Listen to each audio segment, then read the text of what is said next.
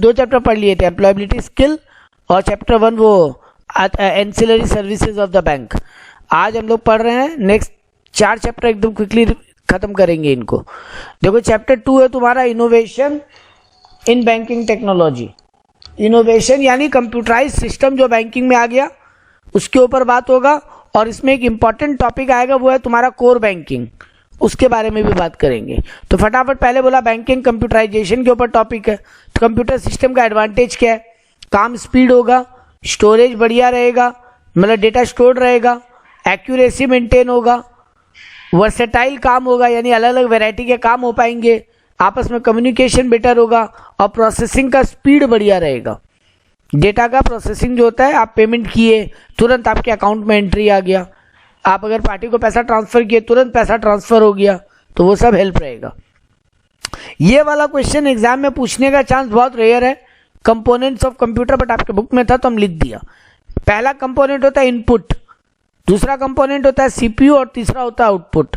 Input का example क्या हुआ? कीबोर्ड, माउस, स्कैनर मशीन, ये सब इनपुट का हो गया। सीपीयू का हो गया internal storage, software, arithmetical logical unit जो कि आपके डेटा को प्रोसेस करता है, कैलकुलेशन एंड ऑल। और आउटपुट का हो गया डेस्कटॉप, प्रिंटर, ये सब हो गया आपका आउटपुट का। तो मेन 3 कंपोनेंट है इनपुट, इनपुट, सीपीयू और आउटपुट। तो इनपुट में क्या आता है, सीपीयू में क्या आता है, आउटपुट में क्या आता है। ये क्वेश्चन एग्जाम में बहुत रेयर चांस है, ये भी पूछता है बट बहुत कम। फ्लो ऑफ अकाउंटिंग एंट्रीज, ये भी आप जानते हो, ट्रेडिंग अकाउंट, पीएल अकाउंट और बैलेंस शीट। अकाउंटिंग एंट्री का फ्लो यही होता है। ट्रेडिंग में आता है purchase, sale, direct expense, PL में आता है इनडायरेक्ट एक्सपेंस, इनडायरेक्ट इनकम, और बैलेंस शीट में आता है एसेट, कैपिटल और लायबिलिटी। तो ये सब पार्ट पूछता कम है बट आपके बुक में दिया। हाँ, ये भी एक पार्ट है जो आपके अकाउंट्स का ही पार्ट है। उसका स्टेप्स क्या होता है? सबसे पहले आप डॉक्यूमेंट लेते हो यानी इनवॉइस, उससे जर्नल पास करते हो, उससे लेजर बनाते हो, फिर ट्रायल बैलेंस, फिर एडजस्टमेंट एंट्रीज पास करते हो, फिर फाइनेंशियल स्टेटमेंट यानी ट्रेडिंग, पीएल, बैलेंस शीट। तो ये जो पार्ट आपके बुक में दिया था ये हमको लगता नहीं है बैंकिंग से कोई कनेक्शन है, ये नॉर्मल बात थी। अब आता है बैंकिंग से कनेक्टेड आइटम। टीपीएस बोल के एक सॉफ्टवेयर होता है, transaction processing system. Transaction processing system बोल के एक ऐप या सॉफ्टवेयर होता है जिसका काम क्या है? डेटा को रिकॉर्ड करना, डेटा को प्रोसेस करना, वैलिडेट यानी क्रॉस वेरीफाई करना, और डेटा को स्टोर करना। एक ट्रांजेक्शन प्रोसेसिंग सिस्टम बोल के एक सॉफ्टवेयर होता है जिसका काम होता है बैंकिंग में जो भी आप अकाउंट से पैसा ट्रांसफर किए तो उसको प्रोसेसिंग करना पूरा। आप एटीएम से पैसा निकाले तो उसको प्रोसेसिंग करने का जो सॉफ्टवेयर होता है उसको टीपीएस बोलते हैं। इसका भी अगर स्टेप्स पूछता है, ये एग्जाम में पूछने वाला टॉपिक है। टीपीएस का मतलब, टीपीएस का स्टेप्स और टीपीएस का एडवांटेजेस। टीपीएस का मीनिंग क्या है? ये डेटा को रिकॉर्ड करना, प्रोसेस करना, वैलिडेट करना और स्टोर करना। स्टेप्स क्या होगा? सबसे पहले डेटा का एंट्री होता है। आप अगर बैंक में जाते हो और बैंक को बोलते हो कि 10 लाख रुपया इस पार्टी को ट्रांसफर कर दो मेरे अकाउंट से, तो आप बैंक में एक फॉर्म भर के देते हो एनईएफटी, आरटीजीएस का। फिर डेटा को वैलिडेट करता है वो, और फिर उसको प्रोसेसिंग में डालता है। वैलिडेट करता है मतलब क्रॉस चेक करता है कि आप ही का अकाउंट है, तो आप ही के अकाउंट्स में इतना बैलेंस है, तो फिर प्रोसेसिंग और रीवैलिडेशन, और फिर उसको स्टोर करके रिपोर्ट बना देना। ये काम होता है टीपीएस का। इसका फायदा क्या है? लार्ज नंबर ऑफ ट्रांजेक्शन का एंट्री होता है, इंस्टेंट रिपोर्टिंग हो जाता है, तुरंत reporting, reduction in paper work कम हो जाता है, सब कुछ ऑनलाइन होता है, फ्लेक्सिबल है बहुत ज़्यादा रिपोर्टिंग बनाने में, प्रॉपर ऑनलाइन फैसिलिटी है एकदम, और बहुत ज़्यादा एक्यूरेट है और सिक्योर्ड है। बेसिक रिकॉर्डिंग रिक्वायरमेंट क्या है? अगर आपको टीपीएस सॉफ्टवेयर चलाना है, आपके पास अकाउंटिंग फ्रेमवर्क होना चाहिए, मतलब अकाउंट्स का नॉलेज आपको होना पड़ेगा, और ऑपरेटिंग हार्डवेयर और सॉफ्टवेयर आपके पास होने पड़ेंगे। बस इतना चीज़ है तो आप अकाउंटिंग ट्रांजेक्शन कर सकते हो, इजीली वो एंट्री ले लेगा। टीपीएस का बेस्ट एग्जांपल है टैली। अब आता है एग्जाम में सबसे important topic, core banking solution, CBS. होता क्या है? आप पहले के ज़माने में जब बैंक में जाते थे, अगर मान लो मेरा बड़ा बाजार वाला ब्रांच में अकाउंट है, तो फिर हम केवल बड़ा बाजार वाला अकाउंट ब्रांच में ही जाके कोई ट्रांजेक्शन कर सकता था। अगर एसबीआई का बड़ा बाजार वाला ब्रांच में मेरा अकाउंट है तो हम केवल वहीं जाके ट्रांजेक्शन कर सकता था। पैसा निकालना है, जमा देना, कुछ भी करना है, हमको बड़ा बाजार वाला ब्रांच में ही जाना पड़ेगा। बट जब से ये कोर बैंकिंग सॉल्यूशन है, CBS concept, online real time environment है ये, ऑनलाइन रियल टाइम एनवायरमेंट। अब ये ब्रांच कंसेप्ट खत्म हो गया, सब कुछ सेंट्रलाइज्ड हो गया। तो फुल फॉर्म क्या हुआ? Centralised online real time environment, CORE, core banking, centralised online real time environment, core banking solutions. तो कोर का फुल फॉर्म यही है। अब तुम कोई भी ब्रांच में जाके ट्रांजेक्शन कर सकते हो, तुमको अपने ही मेन ब्रांच में जाने का या अपने ही ब्रांच में जाने का जरूरत नहीं है। तो meaning bank branch service outlet work as a centralized. तो यहाँ पे बैंक ब्रांच हो या सर्विस आउटलेट हो, सब सेंट्रलाइज्ड होके काम करते हैं। तुम कोई भी ब्रांच में जाके ट्रांजेक्शन कर लो, तुम्हारे अकाउंट में अपनी आप एंट्री चला जाएगा। सेट ऑफ बेसिक सॉफ्टवेयर बनाए गए ऐसे जो कंपोनेंट्स को मैनेज करते हैं, जो सर्विस को मैनेज करते हैं, ऐसे सॉफ्टवेयर बनाए गए। Provide by bank to its customer through its branches. अब आप कोई भी ब्रांच में जाके ये काम कर सकते हो। Customer go to any branch to perform its functional financial transactions. इसका टेक्निक क्या है? आजकल ये सब में ऑनलाइन अवेलेबल है। मोबाइल बैंकिंग से कर सकते हो, ऑनलाइन यानी नेट बैंकिंग से कर सकते हो। इसमें पूरा साइबर सिक्योरिटी कंसेप्ट है, यानी कोई भी फ्रॉड नहीं हो पाएगा। लोन सर्विसिंग कर सकते हो, एटीएम से जाके कर सकते हो, बिल पेमेंट्स कर सकते हो, यहाँ से डेबिट क्रेडिट कार्ड्स के थ्रू ट्रांजेक्शन कर सकते हो, और एनईएफटी आरटीजीएस कर सकते हो। तो ये टेक्निक पूरा काम करता है। इसका आज की डेट में ज़रूरत भी बहुत ज़्यादा है, ताकि तुम्हारा ऑपरेशनल एफिशिएंसी बढ़े, वरना सबको अपने ही ब्रांच में जाना पड़े तो बहुत दिक्कत का बात है। Comply with anti money laundering. Money laundering का कंसेप्ट रुक गया इसके कारण, क्योंकि तुम कहीं से भी ट्रांजेक्शन करते हो, पूरा रिकॉर्ड होकर अपने आप समरी बन जाता है। प्रॉपर केवाईसी, सीबीएस सिस्टम बिना केवाईसी के नहीं चलेगा। केवाईसी का मतलब क्या है? नो योर कस्टमर, यानी आपको अपना पूरा डिटेल बैंक को देना पड़ेगा। Integrated with electronic payment system, और अब तो ये तुम्हारे जो एप्स हैं गूगल पे, फोन पे, उनसे भी इंटीग्रेट हो गए। तो सीबीएस यही है। मेन सीबीएस का कंट्रोल क्या है? एप्लीकेशन कंट्रोल करता है ये। आईटी एडमिन होता है पूरा, इसका पूरा आईटी का एकदम टीम होता है इसके पीछे, और ये एक ऐसा सिस्टम या सॉफ्टवेयर को डेवलप करते हैं जिससे कि कहीं भी बैठे बैठे कोई भी ट्रांजेक्शन हम कर सकें। इसका बेनिफिट आप जानते हो, एनी टाइम एनीवेयर, कहीं से भी ट्रांजेक्शन हो सकता है। एक स्टैंडर्ड मेंटेन होता है, बहुत सिंपल है, फुल्ली ऑटोमेटिक है, क्वालिटी सर्विस होता है, टाइमली एंड एक्यूरेट काम होते हैं एकदम। स्टोरेज ऑडिट, स्ट्रॉन्ग ऑडिट होता है बहुत ज़्यादा, क्यों? क्योंकि डेटा सारा ऑनलाइन है, तो कुछ भी छुपा नहीं सकते आप। More relevant for current generation, recent generation के लिए बहुत काम का है ये। नया एम्प्लॉयमेंट अपॉर्चुनिटी आ गया इसके कारण। कन्वीनियंट है बहुत ज़्यादा और लेस कॉस्टली है। तो सीबीएस आपके एग्जाम में बहुत काम का है। ऑनलाइन बैंकिंग, ये आप सबको ही जानते हो, बैंकिंग थ्रू इलेक्ट्रॉनिक सिस्टम। क्या क्या सर्विस मिलता है आपको ऑनलाइन बैंकिंग में? कोई आप लोग मेंटेन करते हो ऑनलाइन बैंकिंग? किसी का है बैंक अकाउंट में ऑनलाइन बैंकिंग? हाँ सर। तो उसमें आप क्या क्या कर सकते हो? सेविंग है, एफडी है, करंट अरे हम अकाउंट्स अकाउंट है। खोलने नहीं बोला, क्या क्या ट्रांजेक्शन कर सकते हो? ट्रांजैक्शंस ऑनलाइन परचेसेस जो करते हैं वो सब। ठीक है, ऑनलाइन परचेज कर सकते हो। और इतना ही है सर। बुरा फंसते हो इसीलिए। बेटा वहां पे जाके वो अपना तो अकाउंट कैश का विड्रॉ बैलेंस कर। चेक कर सकते हो। वहां पे जाके अकाउंट का बैलेंस चेक कर सकते हो। आप रिसेंटली जो भी ट्रांजेक्शन परफॉर्म किए उसको चेक कर सकते हो। बैंक स्टेटमेंट डाउनलोड कर सकते हो। ऑनलाइन चेकबुक ऑर्डर कर सकते हो। अगर आपको चेकबुक घर पे चाहिए तो ऑनलाइन ऑर्डर कर दो, घर पे आ जाएगा उस ऐप के थ्रू। फंड ट्रांसफर कर सकते हो, bill payment, buying goods and services, loan के लिए अप्लाई करना, ये सब कर सकते हो। तो ये सब काम आप कर सकते हो ऑनलाइन बैंकिंग के थ्रू।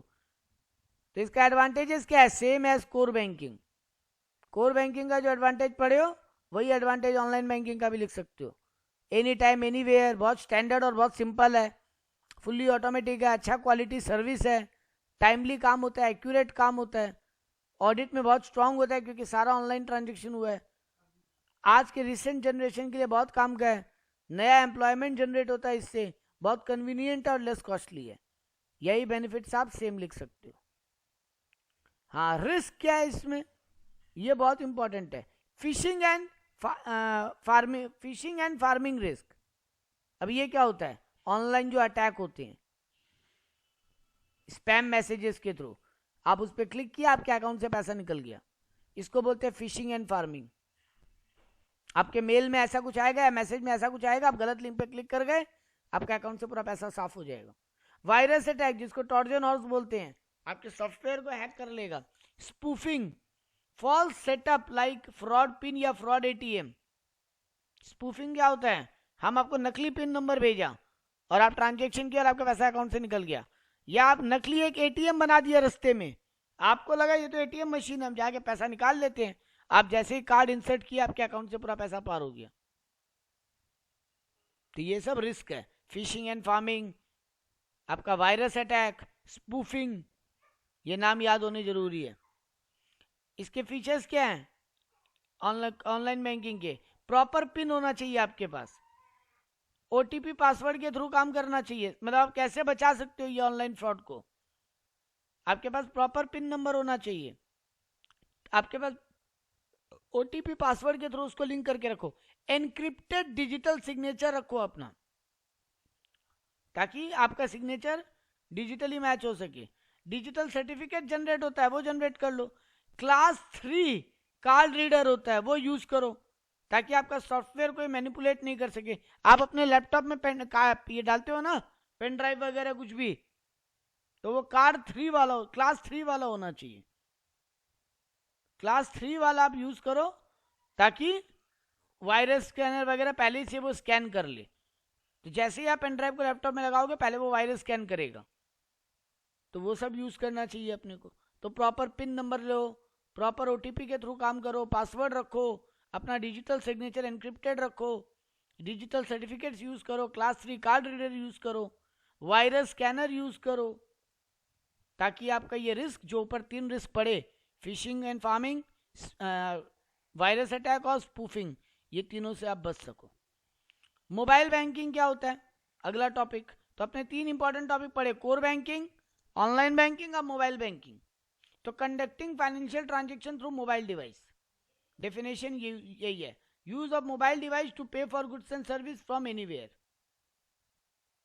इसका इंपॉर्टेंस क्या है, ये बहुत प्रोएक्टिव है और बहुत सिंपल है, बहुत सारा ट्रांजेक्शन आप कर सकते हो इससे। मोबाइल एक आइडियल पीओएस डिवाइस है, पॉइंट ऑफ सर्विस डिवाइस। ये जो आपके सॉफ्टवेयर काम करते हैं इसी के बेस पे काम करते हैं। मोबाइल एक आइडियल पीओएस डिवाइस है, पॉइंट ऑफ सर्विस डिवाइस। आपका नया नया बिजनेस अपॉर्चुनिटी खोलता है ये, हाई मार्केट पेनिट्रेशन है, मार्केट में बहुत ज्यादा लोग इसको यूज करते हैं। नो वेट इन लाइन, आपको लाइन में वेट नहीं करना पड़ता, आप मोबाइल के थ्रू कर लेते हो।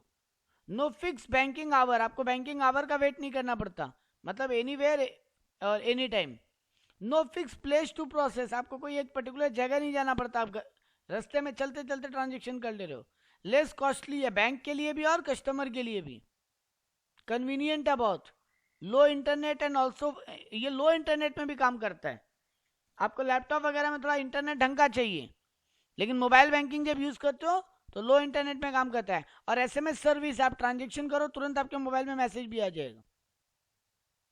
एसएमएस पेमेंट सिस्टम क्या होता है, ये बहुत कम यूज होता है इंडिया में, ये बहुत कम यूज होता है इंडिया में एसएमएस पेमेंट सिस्टम। आप टेक्स्ट मैसेज जो करते हो ना, नॉर्मल टेक्स्ट मैसेज के थ्रू जब purchase of goods and services करते हो, उसका पेमेंट करते हो, जब आप गुड्स एंड सर्विसेज का पेमेंट टेक्स्ट मैसेज के थ्रू करते हो, तो purchaser send a text message to pay for an item. आप एक टेक्स्ट मैसेज का कोड लेते हो और उसके थ्रू आइटम का पेमेंट करते हो। This text message is send to mobile payment provider, एक मोबाइल पेमेंट प्रोवाइडर होता है गवर्नमेंट की तरफ से, आप उसको वो टेक्स्ट मैसेज भेजते हो। The provider clear the transaction between purchaser and vendor, और वो जो मोबाइल पेमेंट प्रोवाइडर है वो आपका वो परचेज एंड सेल का पेमेंट क्लियर करवाता है। मैं बोला ना इंडिया में बहुत कम होता है, बट होता है गांव गांव वगैरह वाला एरिया में। एडवांटेज क्या है, वही सब क्विक एंड इजी है। No bank account is required, इसके लिए बैंक अकाउंट का भी दरकार नहीं है आपको। No credit debit card, secured है बहुत ज्यादा, कस्टमर लॉयल्टी है इस पे बहुत, और वाइड एक्सेस है गांव वगैरह एरिया के एरिया में। Web payment, wireless application protocol, वैप, wireless application protocol, smartphone connected to internet and then using online platform for payment method. यानी ये किसका बात कर रहा है? ये आपके जीपे और फोन पे का बात कर रहा है। जीपे, फोन पे, पेपल और भी बहुत सारे ऐप हैं। बाय यूजिंग आपका बैंक अकाउंट या डेबिट कार्ड के थ्रू आप इन ऐप को यूज करके अपना मोबाइल रिचार्ज कर सकते हो, कोई गुड्स एंड सर्विसेज का पेमेंट कर सकते हो, इन्वेस्टमेंट कर सकते हो। एडवांटेजेस वही है, क्विक एंड इजी है, सिक्योर्ड है, कैशबैक का ऑफर मिलता है बहुत सारा इसमें। इंटरनेट बैंकिंग, ये सबका अब ऊपर वाले के सारे का जोड़ के एक साथ आ गया।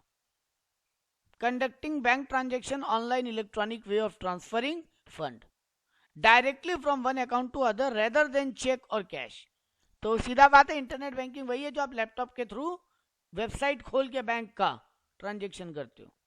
बैंक का वेबसाइट खोल के जो आप लैपटॉप के थ्रू ट्रांजेक्शन करते हो, ये ऑनलाइन एनईएफटी आरटीजीएस कर पाते हो। Service like investment, bill payment, insurance, shopping, recharge, ये सब कर सकते हो। लेस कॉस्टली है, स्पीड है, वास्ट कवरेज है, 24/7 अवेलेबल है। आईडी और पासवर्ड लेना पड़ता है आपको बैंक से इसके लिए। लिंक अकाउंट, आपका अकाउंट नंबर को लिंक करना पड़ता है। और ओपन फ्रॉम मोबाइल, लैपटॉप और डेस्कटॉप कहीं से भी खोल सकते हो। प्रिकॉशन क्या रखना पड़ता है? प्रॉपर पासवर्ड और प्रॉपर आईडी का सिक्योरिटी रखो। अपना आईडी पासवर्ड किसी से शेयर मत करो। एंटीवायरस यूज करो ताकि कोई वायरस अटैक नहीं कर पाए। ट्रैक एप्लीकेशन रेगुलरली, जब भी पेमेंट करते हो और करते हो तुरंत बैंक अकाउंट खोल के देख लो वहां अमाउंट ठीक से दिखा रहे तो। जब भी उससे लॉग आउट करो, कंप्लीटली लॉग आउट करो। बस ऐसे ही मोबाइल से ऐप को बंद मत कर दो, वहां लॉग आउट का ऑप्शन होता है, उस पर क्लिक करो। और हमेशा ओटीपी का कंसेप्ट यूज करो। जब भी ट्रांजेक्शन करोगे तुरंत एक ओटीपी आएगा। आखिरी टॉपिक इस चैप्टर का ATMs, automated tailoring machine. Self service machine होता है टू विड्रॉवल कैश, और आजकल तो डिपॉजिट का भी ऑप्शन है कुछ कुछ जगह। नाउअडेज अदर सर्विसेज आल्सो, अब utility bill payment, applying for topping of mobile phone मतलब मोबाइल रिचार्ज, मिनी स्टेटमेंट निकालना, मोबाइल नंबर चेंज करना, ये सब काम भी जाके एटीएम से कर पाते हो। पहले ये सब नहीं होता था, अब ये सब भी होता है। एडवांटेजेस वही 24/7 है, इजी एक्सेस है, can use all ATM for any bank. आपका बैंक अकाउंट एसबीआई है, आप आईसीआईसीआई के एटीएम से भी काम कर सकते हो, लेकिन कितना लिमिटेड है। आपको फ्री कब तक है? अपने बैंक के एटीएम से 5 और अदर बैंक के एटीएम से 3 ट्रांजेक्शन आपको फ्री है। उसके बाद आपसे चार्ज करता है कितना? अराउंड कुछ 19-20 रुपया है, जीएसटी फीएसटी लेके 21-22 रुपए के आसपास करता है अगर आप 5 के बाद अपने एटीएम से ट्रांजेक्शन करते हो या 3 के बाद दूसरे बैंक के एटीएम से ट्रांजेक्शन करते हो। बैंक एटीएम में पैसा रेगुलरली डालता है, अलग अलग वेरिएंट ऑफ करेंसी, 200 का नोट, 500 का नोट, ताकि आप ट्रांजेक्शन कर सको। ये था चैप्टर 2 खत्म। अब आते हैं चैप्टर 3 पे। Chapter 3 organisations of bank branch, bank के ब्रांच कैसे काम करते हैं। इस चैप्टर में अपने पढ़ेंगे बैंक ब्रांच का सेटअप कैसे होता है, फ्रंट ऑफिस और बैक ऑफिस क्या होता है, सिक्योरिटी अरेंजमेंट कैसी होती है बैंक की, और क्लियरिंग हाउस कैसे काम करता है। 4 टॉपिक है इस चैप्टर में। सबसे पहले आते हैं bank branch setup and strong room. Strong room क्या होता है? जहां पे बैंक का कैश और इंपॉर्टेंट डॉक्यूमेंट रखा रहे या गोल्ड रखा रहे, स्ट्रांग रूम होता है एक बैंक का। तो बैंक ब्रांच का स्ट्रक्चर क्या होता है? ब्रांच मैनेजर होता है सबसे टॉप पे, उसके बाद होता है रिलेशनशिप मैनेजर, उसके बाद होता है सेल्स डेस्क ऑफिसर जिसका काम होता है अकाउंट बेचना या इंश्योरेंस बेचना ये सब। चौथा होता है डीएसए कोऑर्डिनेटर जो बैंक और हेड ऑफिस के बीच में कोऑर्डिनेट करता है। एक होता है सर्विस डेस्क जो कस्टमर को सर्विस देने का काम करता है, उसका बात सुनना, उसको हेल्प करना। और एक होता है हेड टेलर, और उसके बाद होता है टेलर, यानी ये हो गए सेल्समैन लोग। और एक होता है हेल्पर। तो बैंक ब्रांच का ये सेटअप होता है। सबसे पहले ब्रांच मैनेजर, उसके बाद रिलेशनशिप मैनेजर, उसके बाद सेल डेस्क ऑफिसर, उसके बाद डीएसए कोऑर्डिनेटर, उसके बाद सर्विस डेस्क, उसके बाद हेड टेलर, फिर टेलर और फिर हेल्पर। नेक्स्ट बोला service offered by the branches. Branch क्या सर्विस ऑफिस करता है? वही सारा काम जो बैंक करता है, एक्सेप्ट डिपॉजिट। इसके अलावा giving loan, exchange usable currency, आपका नोट चेंज करके देना, पुराना नोट फट गया बैंक में जाके चेंज करा सकते हो। Notes with not usable note, अगर मान लो जैसे अभी नोटबंदी जब हुआ था तो जो अब नोट यूजेबल नहीं है, पहले हम लिखा एक्सचेंज यूजेबल करेंसी और अब बता रहा है with not usable note as per RBI guidelines. तो जो काम अब नोट बंद हो गया वो नोट आपसे लेके आपको नया नोट देना। चेक या ड्राफ्ट एक्सेप्ट करना, इशू करना चेक या ड्राफ्ट, इशू करना letter of credit. Letter of credit क्या होता है? जब हम फॉरेन में माल बेचते हैं तो बैंक जो गारंटी देता है उसको लेटर ऑफ क्रेडिट बोलते हैं। लॉकर देना आपको, और थर्ड पार्टी प्रोडक्ट बेचना माने इंश्योरेंस बेचना और ये सब बेचना, demat account, insurance. Role of branch manager, branch manager का क्या काम है? ब्रांच मैनेजर डायरेक्टली इन्वॉल्व नहीं होता फ्रंट ऑफिस पे, अनलेस फ्रंट ऑफिस के बियॉन्ड कैपेसिटी वो काम है। ब्रांच ऑफिसर हमेशा बैक ऑफिस में रहते हैं, फ्रंट ऑफिस में इन्वॉल्व नहीं होता, मतलब कस्टमर से 1 to 1 काम उसका नहीं होता। अगर ऐसा कोई काम है जिसमें फ्रंट ऑफिसर के बियॉन्ड कैपेसिटी वो है, तब फिर ब्रांच मैनेजर इन्वॉल्व होता है। He represent the bank and branch and it's entirely responsible for its branch. वो बैंक और अपने ब्रांच का रिप्रेजेंटेटिव है और वो एंटायरली रिस्पॉन्सिबल है, ब्रांच में कोई भी काम होता है उसके लिए। He must take care about the ambiance of the branch, branch साफ सुथरा प्रॉपरली अरेंज्ड हो, प्लीजेंट हो, मतलब कस्टमर आए तो उसको अच्छा लगे, एंड प्रॉपर फैसिलिटीज अवेलेबल हो, जैसे ड्रिंकिंग वाटर, ये सब। He must approach its higher authority for those activities which is beyond his power. अगर कोई ऐसा चीज है जो ब्रांच मैनेजर की भी पावर के बाहर है तो हायर अथॉरिटी से उसके लिए बात करना। Inform it's staff about latest updates regarding rules, new products. तो अपने स्टाफ को अपडेट करना कि नया रूल क्या है, नया नया बैंक का अकाउंट या नया नया इंश्योरेंस पॉलिसी क्या है। पीरियोडिकल मीटिंग्स कंडक्ट करना, टारगेट सेट करना कि इस बार इतना अकाउंट मिनिमम खुलना ही चाहिए या इतना रुपया का ट्रांजेक्शन होना ही चाहिए। He must know detail about important customer, bank के जो इंपॉर्टेंट कस्टमर है उसका पूरा डिटेल होना चाहिए मैनेजर के पास। He must conduct meeting with nearby housing societies, business houses. तो आसपास जो बिजनेसमैन लोग हैं, जो बड़ा बड़ा अपार्टमेंट है, उनसे मीटिंग करे ताकि वो लोग वहां पे आके अकाउंट खोले। Security setup at a branch, एक ब्रांच में क्या सिक्योरिटी सेटअप होना चाहिए? पहला बात, आप जो करेंसी चेस्ट रखते हो, मतलब करेंसी जहां रखते हो वो बहुत सिक्योर्ड एरिया में होना चाहिए। मतलब ऐसा नहीं है कि गेट से घुसते ही आपका करेंसी रूम है, आपका करेंसी रूम दूर कहीं होना चाहिए। ब्रांच का लेआउट जो है ना, मतलब कैबिन कहाँ होगा, कैश वॉलेट कहाँ होगा, कैश काउंटर कहाँ होगा, वो प्रॉपरली प्लान्ड होना चाहिए। प्रॉक्सिमिटी टू पुलिस स्टेशन लिखना था, यहाँ पे गलती हुआ। आपके आसपास पुलिस स्टेशन होना चाहिए जहां भी आप ब्रांच खोलते हो, और उससे प्रॉपर कम्युनिकेशन सिस्टम भी होना चाहिए। इस बात को ध्यान में रखते हुए ब्रांच खोलना चाहिए। गेट शुड बी स्ट्रांग, जो लोहा का कॉलिसिबल गेट होता है वैसा स्ट्रांग गेट्स होना चाहिए। Proper security near by strong room, जो बैंक का स्ट्रांग रूम है, अगले टॉपिक पढ़ेंगे स्ट्रांग रूम क्या होता है, उसके आसपास प्रॉपर सिक्योरिटी होना चाहिए। इमरजेंसी एंट्री और एग्जिट का गेट अलग होना चाहिए जहां से नॉर्मल पब्लिक नहीं आएगा जाएगा। इमरजेंसी सेफ्टी प्लान होना चाहिए कि अगर आग लग गया अचानक, या फ्लड आ गया, या भूकंप आ गया, तो कैसे उसके लिए प्रिपेयर किया जाएगा प्लान। मॉडर्न सिक्योरिटी इक्विपमेंट होना चाहिए, जैसे अलार्म बेल, गन वाला गार्ड खड़ा होना चाहिए, प्रॉपर सिक्योरिटी गार्ड होना चाहिए गन वाला, बंदूक लेके। Alarm to be kept for alerts, हर जगह अलार्म होना चाहिए। फायर एक्सटिंग्विशर होना चाहिए। पुलिस शुड बी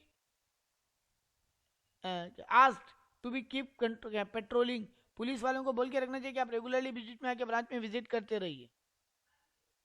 अगला इंपॉर्टेंट टॉपिक है ब्रांच का स्ट्रांग रूम या वॉलेट, वॉल्ट जिसको बोलते हैं, वॉल्ट VAULT, स्ट्रांग रूम भी बोलते हैं। Space where money, valuable are records and documents are to be stored, वो जगह जहां पे money, valuable records and documents को रखा जाता है to protect them from theft, unauthorise use, fire, natural disaster and other threats. क्या क्या खतरा से बचाने के लिए? चोरी से बचाने के लिए, कोई जाके उसको अनऑथराइज मतलब बिना परमिशन के टच न कर पाए, फायर, नेचुरल डिजास्टर, ये सब से बचाने के लिए एक जगह बनाया जाता है जिसको बोलते हैं स्ट्रांग रूम या वॉल्ट। बैंक वॉल्ट ऑपरेशन, तो 2 सेपरेट की होना चाहिए लॉकर्स का, safe keeping of duplicate keys and change of place in every 6 month. तुम्हारा वॉल्ट का एक डुप्लीकेट चाबी बैंक ब्रांच से बाहर कहीं होना चाहिए और वो हर 6 महीना में वो जगह बदलते रहना चाहिए। Lock password to be kept separate place, ताला, चाबी, ये सबको अलग जगह रखना पड़ेगा ताकि कोई चुरा ना ले, कोई डुप्लीकेट की ना बना ले उसको उठा के।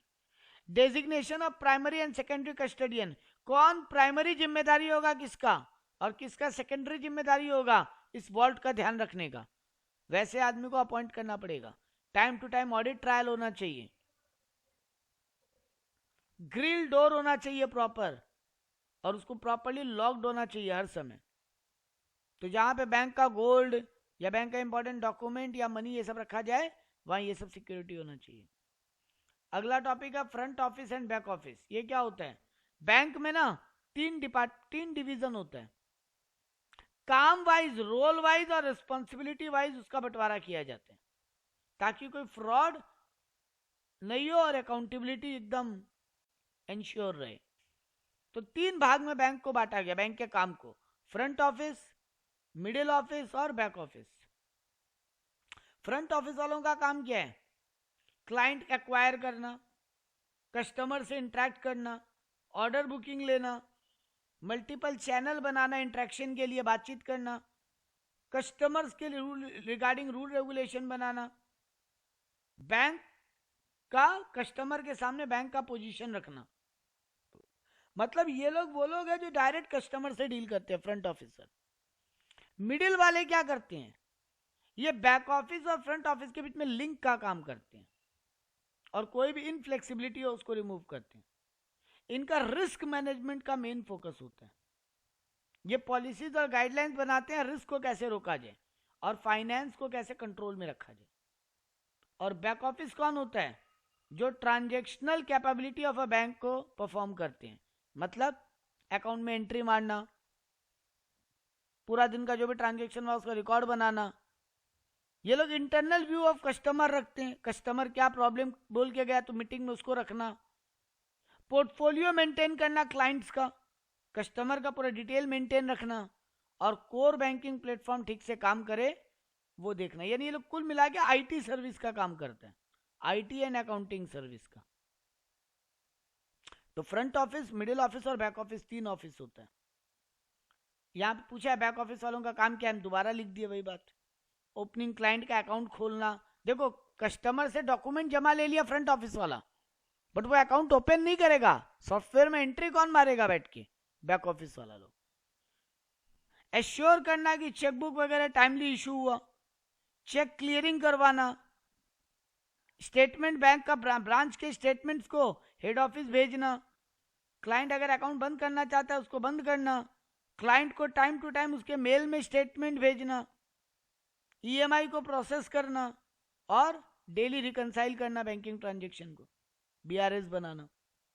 ये सब काम बैक ऑफिस का होता है। सिक्योरिटी अरेंजमेंट इन बैंक, ये अपने मोटा मोटी पढ़ लिया, बस उसी को रिपीट करेगा। एटीएम सिक्योरिटी अरेंजमेंट क्या होना चाहिए? एटीएम में कैमरा होना चाहिए, गार्ड होना चाहिए, प्रॉपर लाइटिंग होना चाहिए, और अगर एटीएम में तुम रॉन्ग पासवर्ड डालो तो अपने आप लॉक हो जाना चाहिए तुम्हारा अकाउंट। ब्रांच सिक्योरिटी में क्या होना चाहिए? ऊपर जो बात पढ़े थे, एंट्रेंस एग्जिट गेट पे गार्ड होना चाहिए गन के साथ, 1 person entry at a time, एक बार में एक ही आदमी घुसे, all other entry should be remain locked, main gate को छोड़ के बाकी सब गेट बंद होना चाहिए, प्रॉपर अलार्म ऑपरेटिव होना चाहिए, सीसीटीवी कैमरा होना चाहिए, फायर एक्सटिंग्विशर होना चाहिए, फायर अलार्म होने चाहिए, फायर सेंसर होने चाहिए।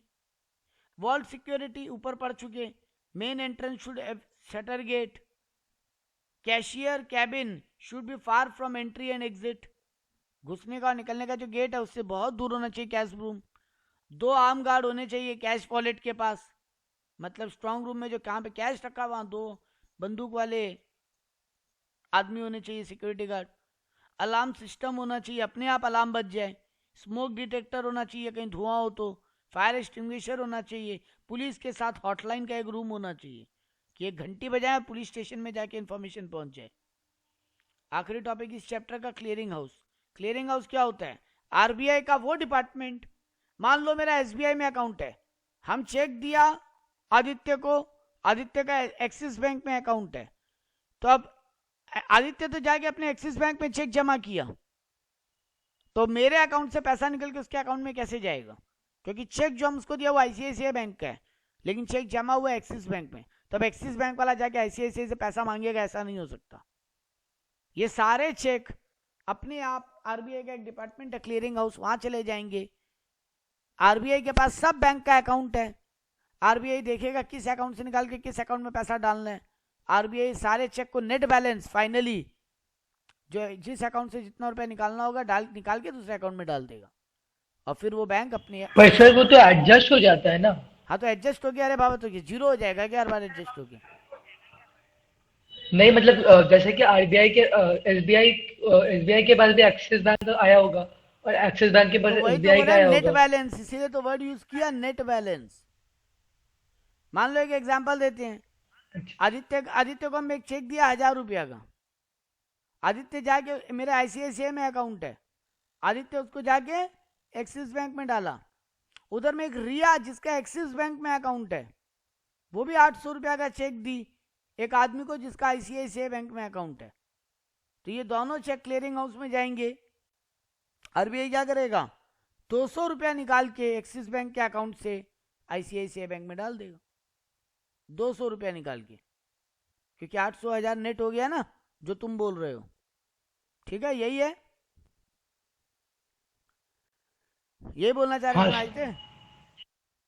हम्म। हाँ, तो place where bank they are, देखो यहाँ क्या लिखा है, पहले एग्जाम में लिखोगे क्या? तो place where bank that are member of clearing house meet to exchange the cheque. यहाँ पे दो पार्ट होता है, आउटवर्ड क्लियरिंग और इनवर्ड क्लियरिंग। आउटवर्ड क्लियरिंग मतलब instrument deposited by customer that are drawn on other bank, और inward clearing मतलब presented by customer at bank that have been received from other bank. यही हो गया ना, हम जाके एक्सिस बैंक से चेक मिला वो आईसीआईसीआई में डाला, और उधर एक आईसीआईसीआई का पर्सन भी जाके एक्सिस में डाला, तो इनवर्ड और आउटवर्ड दोनों नेट होके अपने आप अकाउंट में पैसा ट्रांसफर हो जाएगा। तो ये लोग एक्सचेंज ऑफ इंस्ट्रूमेंट में हेल्प करता है क्लियरिंग हाउस, क्लेम को सेटलमेंट में मदद करता है, बैंकों का सेटलमेंट करवाता है आपस में, और सेंट्रल बैंक के साथ भी सेटलमेंट करता है। ऐसा भी तो होगा ना, एक्सिस बैंक आरबीआई से भी पैसा पाता था, तो वो भी ये क्लियरिंग हाउस आरबीआई के अकाउंट से निकाल के एक्सिस बैंक में डाल देगा, और अगर उल्टा हो गया तो वहां से निकाल के यहां डाल देगा। Clearing house process in India ये आरबीआई मैनेज करता है। 1050 चेक क्लियरिंग हाउस है पूरे इंडिया में, 1050, जिसमें से 40 of these cheque processing centres हैं। 40 ऐसे चेक प्रोसेसिंग सेंटर्स हैं जो MICR टेक्नोलॉजी यूज करते हैं, मैग्नेटिक इंक कैरेक्टर रिकॉग्निशन, पूरा ऑनलाइन टेक्नोलॉजी पे काम होता है। वो बार कोड को रीड करके ऑटोमेटिक चेक अपने आप प्रोसेस में चले जाते हैं। एंट्री टाइप करके एंट्री नहीं मारना पड़ता, टाइप करके एंट्री नहीं मारना पड़ता, चेक पे जो बार कोड है उसी को रीड करके चेक प्रोसेस हो जाता है।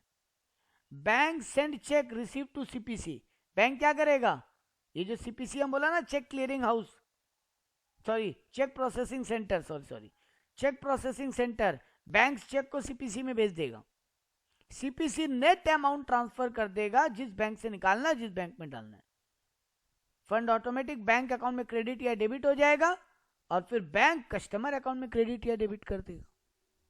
तो चेक जाते हैं सीपीसी में। इंडिया में 1050 क्लियरिंग हाउस है और 40 से ज्यादा चेक प्रोसेसिंग सेंटर है, ये सीपीसी पूरा काम करके देते हैं। ये था आपका चैप्टर 3, क्लियर है? अब आते हैं नेक्स्ट चैप्टर पे, chapter 4, basic of business mathematics. इस चैप्टर में आपके प्रैक्टिकल सम्स का जगह है, बेसिक ऑफ बिजनेस मैथमेटिक्स। एक मिनट, क्या हुआ इसको? हाँ ठीक है। Calculation of simple interest and compound interest, इसमें मेन एग्जाम में आपके यही आते हैं। सेकेंड पार्ट जो है वो नहीं आता है, फिर भी यहाँ पे बता दिए हैं क्योंकि वो प्रैक्टिकली कंप्यूटर में पॉसिबल है। तो वो आपके नोट्स में लिखा हुआ है, आपके जो नोट्स बोले सॉरी सिलेबस में लिखा हुआ है, सीबीएसई की तरफ से जो दिया हुआ है वहां पे आपके लिखा हुआ है कि ये पार्ट आपको प्रैक्टिकल में कराना चाहिए वो लोग को, प्रोजेक्ट वर्क में। तो मेरे को लगता नहीं है वहां से सम देगा, बट हम फिर भी वो थोड़ा सा एक्सप्लेन कर दिए। तो simple interest and compound interest, factor affecting market interest rate, क्या क्या ऐसा फैक्टर है, ये थ्योरी पूछ सकता है, क्या क्या ऐसा फैक्टर है जो मार्केट इंटरेस्ट रेट को इफेक्ट करते हैं। सबसे पहले अपॉर्चुनिटी कॉस्ट, अभी अगर मार्केट में लग रहा है लोगों को कि बिजनेस का बहुत अपॉर्चुनिटी है तो ज्यादा लोन मांगेंगे, ज्यादा लोन मांगेंगे तो इंटरेस्ट रेट ऊपर चला जाएगा। इन्फ्लेशन भी इफेक्ट करता है इंटरेस्ट रेट को, मार्केट में महंगाई बहुत है तो इंटरेस्ट रेट क्या होगा, ऊपर चला जाएगा। Demand and supply of loan, loan का बहुत डिमांड है, लोन बहुत ज्यादा अवेलेबल है, लोन का बहुत डिमांड है तो लोन इंटरेस्ट रेट ऊपर चला जाएगा, लोन का सप्लाई बहुत ज्यादा है तो इंटरेस्ट रेट नीचे आ जाएगा। कितना दिन के लिए लोन ले रहे हो उस पर भी डिपेंड करता है, कब रिपे करोगे। ज्यादा दिन के लिए ब्याज ले रहे हो, ज्यादा दिन के लिए लोन पे पैसा ले रहे हो, इंटरेस्ट रेट कम होगा, और कम दिन के लिए लोन ले रहे हो इंटरेस्ट रेट हाई होगा। डिफॉल्ट और पेनल्टी इंटरेस्ट, ये भी डिपेंड करता है कितना लंबा डिफॉल्ट हुआ है। रिस्क फैक्टर के ऊपर भी डिपेंड करता है, अगर आप हाई रिस्की बिजनेस हो आपको लोन जो मिलेगा महंगा इंटरेस्ट पे मिलेगा, अगर आप लेस रिस्की बिजनेस हो तो सस्ता मिल सकता है। यहाँ पे एग्जाम में ये काम का बात है, time value of money. Time value of money का मतलब क्या होता है, हम अगर आज कुछ पैसा डिपॉजिट करें तो बताओ हमको फ्यूचर में कितना मिलेगा, या उल्टा हमको फ्यूचर में अगर 1.5 लाख रुपया का दरकार है तो आज बताओ कितना रुपया इंटरेस्ट पे बैंक में रखें हम। तो आज के वैल्यू को फ्यूचर वैल्यू में ले जाना या फ्यूचर वैल्यू को आज के वैल्यू पे लेके आना, इसी को बोलते हैं टाइम वैल्यू ऑफ मनी। तो certain sum of money today have different buying power, यही है टाइम वैल्यू ऑफ मनी। आज का 1.5 लाख रुपया 1 साल के बाद 1.5 लाख नहीं रहेगा, उसी को बोलते हैं टाइम वैल्यू ऑफ मनी। तो यहाँ पे दो तरीके का एग्जाम में सम्स आता है, सिंपल इंटरेस्ट और कंपाउंड इंटरेस्ट। तो calculation of interest on principal amount only, सिर्फ प्रिंसिपल अमाउंट पे इंटरेस्ट कैलकुलेट करने को बोलते हैं सिंपल इंटरेस्ट। इसका फॉर्मूला क्या है, पीटीआर या पीआरटी, जो भी आपको याद करने का मन है, principal into time into rate. हम एक एग्जांपल लिया, हम 10,000 रुपया अगर आज जमा करता है बैंक में 2 साल के लिए और 10% अगर इंटरेस्ट रेट है तो हमको कितना इंटरेस्ट मिलेगा, 2,000 रुपया। 10,000 का 10% इंटू 2 ईयर्स। यही अगर हमको क्वार्टरली इंटरेस्ट मिल रहा होता तो क्या फॉर्मूला हो जाता, P into R into number of quarter divided by 4, साल में 4 क्वार्टर होता है। यही अगर हाफ ईयरली होता तो P into R into period by 2 हो जाता। जैसे एग्जांपल लेते हैं, अगर हम 10,000 रुपया बैंक में जमा करते हैं और बैंक अगर हमको क्वार्टरली ब्याज दे रहे हैं और हम 2 साल के लिए पैसा जमा कर रहे हैं तो 10,000 इंटू 10/100 इंटू 2 साल में कितना क्वार्टर होगा, 2 साल में कितना क्वार्टर होगा, 8। यहाँ पे 8 यहाँ पे हो जाएगा number of quarter divided by 4। तो पीरियड इंटू रेट तो वही रह जाएगा, बस अमाउंट नंबर ऑफ ईयर में क्या हो जाएगा, सॉरी प्रिंसिपल इंटू रेट तो वही रह जाएगा, पीरियड के लिए क्या हो जाएगा, number of quarter divide by 4। तो अगर 5 साल के लिए लोन है तो 20/4। वैसे ही अगर हाफ ईयरली का सम्स हो तो P into R into period by 2, वही 2 साल के लिए है तो डिवाइड बाई 2 कर लो। हाफ ईयरली में डिवाइड बाई 2 हो जाएगा, क्वार्टरली में डिवाइड बाई 4 हो जाएगा। सिंपल इंटरेस्ट के बढ़ने का रेट हमेशा स्लो होता जाता है, क्योंकि इंटरेस्ट पे इंटरेस्ट नहीं मिलता, यहां से प्रिंसिपल पे इंटरेस्ट मिलता है। वैसे अगर कंपाउंडिंग इंटरेस्ट का सम हो, calculation of interest on actual amount due that is principal plus interest up to the last period, इसका मीनिंग यही है। लॉजिकली अगर हम बोले, हम आज अगर 10,000 रुपया जमा किया है, 10% इंटरेस्ट रेट है, 2 साल के लिए पैसा जमा किया है, तो फर्स्ट ईयर में कितना इंटरेस्ट मिलेगा, 10,000 पे 1,000 रुपया 11,000। अब सेकेंड ईयर में 11,000 पे इंटरेस्ट मिलेगा, मतलब प्रिंसिपल में इंटरेस्ट जुड़ गया, उसके ऊपर इंटरेस्ट मिलेगा। तो सेकेंड ईयर में हमको फर्स्ट ईयर के इंटरेस्ट पे भी दोबारा इंटरेस्ट मिल रहा है। यही है कंपाउंडिंग इंटरेस्ट। इसका फॉर्मूला क्या है? Amount is equal to principal into 1 plus R to the power N. अच्छा, ये अमाउंट निकालने का फॉर्मूला है, सॉरी, हाँ ये अमाउंट निकालने का फॉर्मूला है। और अगर हमको कोई प्रिंसिपल इंटरेस्ट खाली कैलकुलेट करने बोले तो माइनस पी कर दो। जैसे एग्जांपल लेते हैं, हम अगर 10,000 रुपया जमा किया 2 साल के लिए 10% इंटरेस्ट रेट पे, तो 10,000 इंटू 1 प्लस आर कितना है मेरा 10%, मतलब 0.1 टू द पावर कितने ईयर के लिए, मान लो 2 साल के लिए, तो 10,000 इंटू 1.1 टू द पावर 2, तो 1.1 इंटू 1.1 करो कितना आएगा, हम करते हैं 1.1 इंटू 1.1 क्योंकि पावर में 2 है, तो 1.1 इंटू 1.1 1.21 आएगा, तो 1.21 इंटू 10,000 कर लो, 1.21 इंटू 10,000। तो अगर हम 2 साल के लिए पैसा जमा किए हैं तो हमको 12,100 रुपया मिलेगा। मेरा अमाउंट कितना होगा 12,100। तो इंटरेस्ट कितना होगा सर जी, आप 10 माइनस पी कर दीजिए, तो 12,100 माइनस 10,000 कर दो, तो 2,100 रुपया तुम्हारा इंटरेस्ट होगा। सर माइनस पी करेंगे तो ही इंटरेस्ट आएगा ना? हाँ, क्योंकि खाली अगर ये सॉल्व कर लेंगे ना, p into 1 plus R to the power n, तो इसका मतलब हाँ। वो कितना रुपया मिलेगा 10 साल के बाद, 2 साल के बाद वो निकल गया 12,100। अच्छा, ये अमाउंट निकला और हाँ, माइनस पी कर अब देंगे तो अब हम इंटरेस्ट तुमको निकल जाए। बोले हैं कि तुम 10,000 रुपया जमा किए थे बेटा और 12,100 मिला तुमको 2 साल के बाद, तो तुम कमाए कितना, इंटरेस्ट कितना कमाए 2,100 ना। कैसे निकाले 12,100 माइनस 10,000 कर दिए, तो वही तो करना पड़ रहा है। अच्छा सर, मेरा ना एक डाउट था इधर, आपका ये जो सिंपल इंटरेस्ट का हाफ ईयरली वाला, ये वाला अगर 2 साल में करेंगे P इंटू आर इंटू 4/2 होगा ना? हाँ 4/2 होगा, क्योंकि 4 पीरियड हो गया ना। हाँ परफेक्ट हाँ। पॉइंट, एकदम करेक्ट, आपका डाउट नहीं, आपका आंसर है ये तो। ठीक है। ठीक है, सही है। चलो अगला वाला। अब देखो यहाँ पे इसी में अगर हाफ ईयरली बोलता तो मेरा फॉर्मूला क्या हो जाता, देखो बेटा बेसिक फॉर्मूला क्या है, a is equal to P into 1 plus R to the power n। अब देखो हाफ ईयरली करना है तो r को भी 2 से डिवाइड कर दो और इस n को भी 2 से मल्टीप्लाई कर दो। माइनस p तो कॉमन है इंटरेस्ट निकालने के लिए।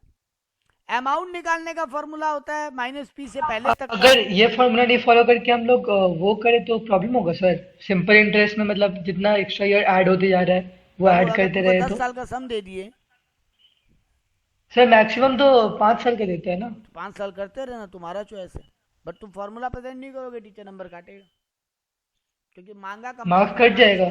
मांगा कंपाउंडिंग इंटरेस्ट है, तुम बैठ के सिंपल इंटरेस्ट सॉल्व कर रहे हैं। अच्छा सर, अगर हाफ ईयर में सोचिए 4 साल बोल दिया तो कैसे करेंगे? अभी करते हैं इसी सम को, मान लो इसी सम को करते हैं। चलो मेरा 10,000 रुपया हमको अमाउंट चाहिए, तो मेरा प्रिंसिपल कितना है 10,000, मेरा रेट कितना है 10% यानी 0.1, तो 1 प्लस 0.1 डिवाइडेड बाई, आप क्या बोले हाफ ईयरली ना, हाँ हाफ ईयरली में 4 साल divided by 2, number of year में 4 इंटू 2। Okay okay. हम एक ही बात किया बेटा, हम पहले नॉर्मल 4 साल में कैसे लिखता, 10,000 इंटू, सॉरी यहाँ प्लस नहीं इंटू होगा, into 1 plus 0.1 to the power 4, यही तो आपका होता अगर हम नॉर्मल 4 साल बोलता तो। हाँ। अब इसी को आप 0.1 को डिवाइड बाई 2 कर लो और इधर भी इंटू 2 कर लो अगर हाफ ईयरली है तो। अगर क्वार्टरली होता तो नीचे डिवाइड बाई 0.1 डिवाइड बाई 4 कर लेते और यहाँ पर भी पावर में भी इंटू 4 कर लेते। 4 तो साल है, जिस चीज से डिवाइड कर रहे हो वही यहाँ पे मल्टीप्लाई कर रहे हो। ओके सर, समझ। और यही अगर हम मंथली बोल देता कि मंथली इंटरेस्ट मिलता है वो भी कंपाउंडिंग, तो नीचे अगर डिवाइड बाय 12 आएगा तो इंटू भी 12 आ जाता। अच्छा, यही लॉजिक। अगर मंथ बोल तो 12 होगा और उधर भी हाफ सिंपल, ईयरली मतलब साल में 2 बार, हाँ तो इसीलिए डिवाइड बाय 2 और इंटू भी 2। मंथली मतलब साल में 12 बार, हाँ तो डिवाइड बाय 12 इंटू 12। क्वार्टरली मतलब साल में 4 बार, तो डिवाइड बाय 4 इंटू 4। अच्छा सर, अगर सिंपल इंटरेस्ट में भी मंथली बोल दे तो? कोई दिक्कत नहीं। तो यहाँ पे क्या करते, साल में आप 3 साल के लिए होता मान लो, तो हाँ प्रिंसिपल है मेरा 10,000 इंटू 10/100 हाँ, इंटू 10/100। मेरा 3 साल है ना, हाँ और वो भी मंथली इंटरेस्ट। हाँ, तो बेटा जी 3 साल में कितना महीना होता है, पीरियड कितना हो जाएगा 36, डिवाइड बाई तो 12 36। होगा, डिवाइड बाई तो 12 हो जाएगा, क्योंकि एक साल में कितना होता है। देखो डिवाइड उससे कर रहे हैं कि एक साल में कितना होता है। साल में 4 क्वार्टर होता है तो 4 से डिवाइड किया, साल में दो बार हाफ ईयरली होता है तो 2 से डिवाइड किया, साल में 12 महीना होता है तो 12 से डिवाइड किया। ऊपर क्या लिखे, ऊपर में लिखे 4 साल में कितना क्वार्टर होगा, या 4 साल में कितने बार हाफ ईयरली होगा, या 4 साल में कितना महीना होगा। ठीक है, अच्छा सबको क्लियर है ये बात? अच्छा, क्यू प्लस स्मॉल आर क्यों लिखे है सर आप, वो वाला स्मॉल आर? बाबू स्मॉल हो या कैपिटल हो एक ही बात है, कहाँ पे स्मॉल लिख दिया ये? अच्छा ये वाला में यहाँ स्मॉल आर नंबर क्यों ऑफ। लिखा? बेटा स्मॉल आर का हाँ मतलब ही हो या कैपिटल आर एक ही बात है। आर का मतलब होता है रेट, रेट मतलब अगर 10% है तो ओके। 0.1, अगर 20% है हाँ तो 0.2, अगर 5% है तो 0.05, अगर 50% है तो 0.5। अच्छा। ठीक है, चलो जी। मतलब जैसे बोलेगा पल में तो 2 साल का जितनी बार मिलेगा उससे, और उसके बाद नीचे क्वार्टरली या हाफ ईयरली जैसे करेंगे। एकदम। अब आया fix and floating interest rate, ये थ्योरी पूछता है आपको। फिक्स इंटरेस्ट रेट क्या होता है, फ्लोटिंग इंटरेस्ट रेट क्या होता है? फिक्स इंटरेस्ट रेट वो होता है कि आप लोन लेने गए बैंक में, बैंक आपको बोला 10% करके ब्याज लगेगा आपको। अब अगर आप 10 साल का लोन लियो तो हर साल 10% करके ब्याज देते रहना, मार्केट में रेट कुछ भी बदले आपका 10% फिक्स हो गया। लेकिन फ्लोटिंग इंटरेस्ट रेट पे अगर हम लोन लेते हैं तो मार्केट इंटरेस्ट रेट जैसे जैसे बदलेगा, मेरा भी लोन वैसे वैसे इंटरेस्ट रेट बदलेगा। मेरे को लोन मिल गया 10 लाख, हम 10 साल तक ब्याज चुकाएंगे। मान लो पहला 2 साल मार्केट में इंटरेस्ट रेट 10% था, मेरा भी 10 रहा। अब मार्केट का इंटरेस्ट रेट घर के 8 हो गया तो मेरा भी 8 हो गया, मार्केट में इंटरेस्ट रेट बढ़ के 12 हो गया तो मेरा भी 12 हो गया। तो यही होता है fix interest rate of interest is fixed and remain constant. No worries of future cash flow, आपका फ्यूचर में भी सेम पेमेंट होगा, तो आपको टेंशन लेने का दरकार नहीं, क्योंकि आपको एडवांस में पता है कि आपको कब कितना पेमेंट करना है। ये थोड़ा एक्सपेंसिव होता है क्योंकि मार्केट में इंटरेस्ट रेट जनरली गिरता ही है थोड़ा थोड़ा, तो आपको उसका नुकसान होता है क्योंकि आपका तो फिक्स हो गया। फ्लोटिंग में क्या लिखेंगे, varies with the market condition, loan थोड़ा सस्ता हो जाता है इसमें, लेकिन पेमेंट अनसर्टेन है, कब कितना देना पहले से आपको पता नहीं है। जिस साल जितना इंटरेस्ट रेट होगा उस हिसाब से आपको ईएमआई में देना पड़ेगा। आखिरी टॉपिक इस चैप्टर का, कैलकुलेशन ऑफ ईएमआई। ईएमआई का कैलकुलेशन कैसे होता है? फिक्स पेमेंट में ईएमआई होता क्या है? Fix payment made by a borrower to a lender at a specific date of each calendar month. हर महीना एक पर्टिकुलर डेट के दिन आप एक फिक्स पेमेंट कर रहे हो, किसको? लोन देने वाले को। कौन पेमेंट कर रहा? आप जो लोन लियो। यही तो ईएमआई होता है। और इंस्टॉलमेंट का अमाउंट हमेशा इक्वल होगा। आप ईएमआई पे मोबाइल खरीदते हो, कुछ भी खरीदते हो, आपका फिक्स पेमेंट होता है। Each EMI covers both interest and principal. EMI में इंटरेस्ट का भी अमाउंट होता है, प्रिंसिपल का भी अमाउंट होता है। As and as EMI paid, interest factor reduce. जैसे जैसे ईएमआई चुकाते जाते हैं, वो जो अमाउंट हम पे कर रहे हैं हर महीना, उसमें स्टार्टिंग में इंटरेस्ट का अमाउंट ज़्यादा होता है, प्रिंसिपल का अमाउंट कम। लेकिन जैसे जैसे हम लोन चुकाते जाते हैं, ईएमआई का कैलकुलेशन ऐसा ही बनता है कि आपका धीरे धीरे इंटरेस्ट फैक्टर कम होता जाएगा और प्रिंसिपल अमाउंट ज़्यादा होता जाएगा, और अल्टीमेटली लास्ट में पूरा लोन खत्म हो जाएगा। जैसे आप लास्ट ईएमआई दोगे, आपका पूरा पेमेंट कंप्लीट हो जाएगा। इसका बेनिफिट क्या है? अमाउंट पहले से फिक्स, आपको अमाउंट पहले से पता है, पीरियड भी आपको पता है कितना दिन चुकाना है और किस डेट को चुकाना है वो भी आपको पता है। एग्जाम में ईएमआई पे थ्योरी ही आता है, सम्स आता नहीं है, बट हम फिर भी यहां पर दिया है आपको। फॉर्मूला देख लो जरा, थोड़ा सा कंफ्यूज हो गया लेकिन कुछ कर नहीं सकते। पहला पार्ट तो वही है, देखो, P into R into T, है ना, principal into rate into time. तो पहला पॉइंट तो वही है, इंटू 1 प्लस आर बाई 1200। अब ये 1200 क्या है,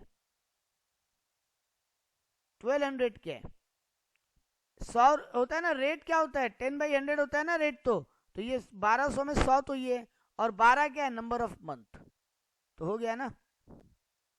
अगर हम बोले रेट मेरा 10/100 है और पीरियड मेरा कितना होता है एक महीना में, एक साल का ईएमआई है अगर, तो कितना होता है पीरियड 12, नीचे तो 12 होता है ना, तो अगर हम इसको मल्टीप्लाई कर ले तो 10/1200 हो गया ना, तो वही तो किए रेट बाई 1200।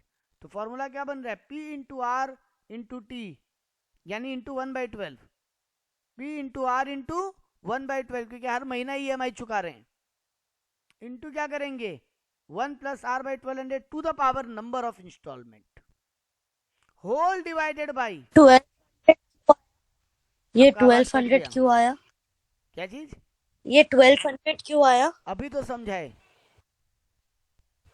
समझ नहीं आया वो पार्ट, इसलिए पूछ 10/100 रहा हूँ। आपका रेट होता है हाँ और टाइम होता है 1/12 हर महीना का, तो इसको मल्टीप्लाई करोगे तो क्या हो जाएगा, रेट बाई 100 होता है ना रेट का फॉर्मूला, तो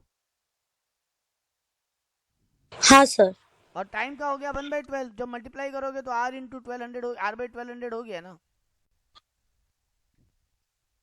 अच्छा ठीक है सर। आपको ईएमआई का फॉर्मूला याद रखना पड़ेगा, फॉर्मूला का लॉजिक अप्लाई करने जाओगे फंस जाओगे एग्जाम में, हम बार बार बोल रहे हैं ये बात, हम समझा दे रहे हैं लॉजिक, लेकिन लॉजिक याद करने मत जाना, एग्जाम में पगला जाओगे। हम अभी एक सम अच्छा करके दिखा दें। सम्स हाँ, बोलो। आएगा क्या, आने का चांस कम है ईएमआई पे, लेकिन sums, simple interest compound interest पे आएगा, ओके सर। यहाँ पे कम है आने का चांस, बट हम फिर भी करा दे रहे हैं क्योंकि आपके बुक में है, आपके बुक में लिखा हुआ यही बात है, ये सब प्रैक्टिकल में आता है, वो भी प्रोजेक्ट्स में, फिर भी चलो यहाँ पे सुनो। फॉर्मूला क्या था, P into R by 100 into 1/12 into 1 plus R by 1200 to the power number of instalment, whole divided by, वापस यही 1 plus R by 1200 to the power number of instalment -1। I repeat, whole divided by 1 plus R by 1200 to the power number of instalment -1। इसको एक sums में समझो, मेरा 60,000 रुपया का एक मोबाइल खरीदा, हम 60,000 रुपया का मैं एक मोबाइल खरीदा, रेट ऑफ इंटरेस्ट मान लो 10% है, और हम 6 ईएमआई में पैसा चुकाने का बात की है, तो फॉर्मूला क्या होगा, मेरा फॉर्मूला क्या था, P into R by 100 into 1/12। तो देखो हम यही कर रहे हैं, मेरा प्रिंसिपल कितना है 60,000, रेट कितना है 10/100 इंटू 1/12, फिर इंटू अगला फॉर्मूला क्या है 1 plus R by 1200 to the power number of instalment, तो 1 प्लस 10/1200 टू द पावर 6, क्योंकि 6 ईएमआई में पैसा चुका रहे हैं, होल डिवाइडेड बाई, फिर से यही बात दोबारा लिखेंगे, 1 प्लस 10/1200 टू द पावर 6, माइनस कर देंगे 1, माइनस कर देंगे 1, इसको सॉल्व करेंगे तो आएगा 10,293, ये मेरा ईएमआई होगा, 10,293 हमको हर ईएमआई में चुकाना पड़ेगा, 10,292.5 आ रहा था, हम उसको राउंड ऑफ कर दिए, तो हम कैसे सॉल्व मतलब किए? हर मंथ ये चुकाना हाँ हर पड़ेगा। महीने ही चुकाएंगे, देख लो 6 ईएमआई में चुकाएंगे तो 10-10 हजार करके तो 60,000 चुक गया, हाँ और और फिर 293 करके इंटरेस्ट। हर एक का इंटरेस्ट चुक गया, हम्म। तो बैंक अपना पैसा वसूल कर लिया। क्लियर है? चलो, calculation of interest on saving account, ये एग्जाम में नॉट सो इंपॉर्टेंट, एग्जाम के लिए कोई काम का नहीं है, बट हम फिर भी बता दे रहा है, बैंक आपको सेविंग अकाउंट पे इंटरेस्ट कैसे देता है। Bank gives interest on loan based on the actual balance at the end of the each day. लेता कैसे देता कैसे दोनों की बात हो रहा है। बैंक कैसे आपको इंटरेस्ट देता है, हर महीना का लास्ट डे वो लोग आपका एवरेज बैलेंस निकालते हैं, हर महीना का लास्ट डे आपका एवरेज बैलेंस निकालता है और उस पे आपको इंटरेस्ट देता है। तो देखो, bank gives interest on deposit करना चाहिए था हमको यहाँ पे, सर एवरी मंथ या एवरी 3 मंथ? कैलकुलेट करता है हर महीने के एंड में, देता 3 महीने में। ठीक है।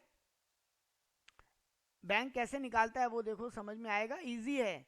मान लो 1 तारीख को मेरा ओपनिंग बैलेंस था 50,000, तो मेरे अकाउंट में क्रेडिटेड है 50,000, मेरा बैलेंस भी है 50,000। फिर 3 तारीख को मेरा एक चेक डिपॉजिट हुआ, कितने अमाउंट का, 20,000 का, 20,000 का चेक डिपॉजिट हुआ, तो मेरे अकाउंट में अब कितना बैलेंस हो गया, 70,000, है ना। 70,000 जमा हो गया ना, हाँ 50,000 सर। का। तो 1 तारीख को मेरे अकाउंट में 50 जाता है, ये 50,000 कितने दिन रहा, 1 तारीख और 2 तारीख तक तो 50,000, 2 दिन तो 50,000 ही बैलेंस रहा ना मेरे अकाउंट में। 1 तारीख को 50,000 जमा था, 2 तारीख को भी 50,000 रहा, 3 तारीख को बैलेंस चेंज हुआ, तो 1 तारीख 2 तारीख 50,000 रहा, तो 50,000 इंटू 2 करके बैलेंस निकाल लिया बैंक, 1,00,000 रुपया। प्रोडक्ट निकालता है बैंक, बैंक प्रोडक्ट कैलकुलेट करता है। फिर हम 4 तारीख को जाके 10,000 रुपया विड्रॉ कर लिया,